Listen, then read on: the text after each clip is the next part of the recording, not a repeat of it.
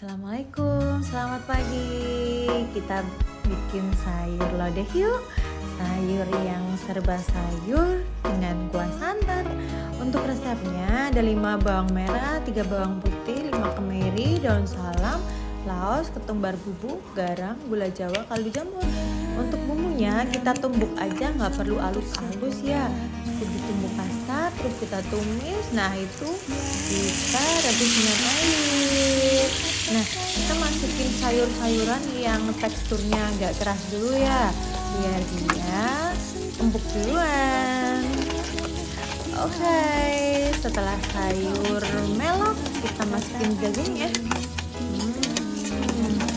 Tunggu agak mendidih dikit, kita masukin garam, kaldu jamur.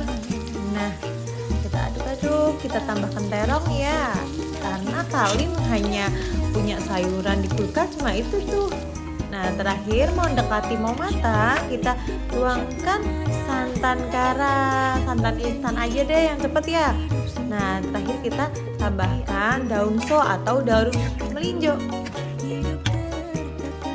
Oke, udah harum, udah enak, udah wangi. Kita tuangkan ke mangkok cantik. Siap untuk kita sarapan pagi.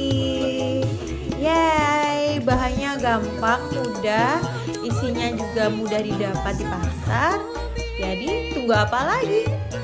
Yuk, buruan kita ke dapur, masak-masak bareng sama anak. Yuk, buruan kita sarapan yuk. Dengan lauk tahu bacem dan sambal, cocok sekali.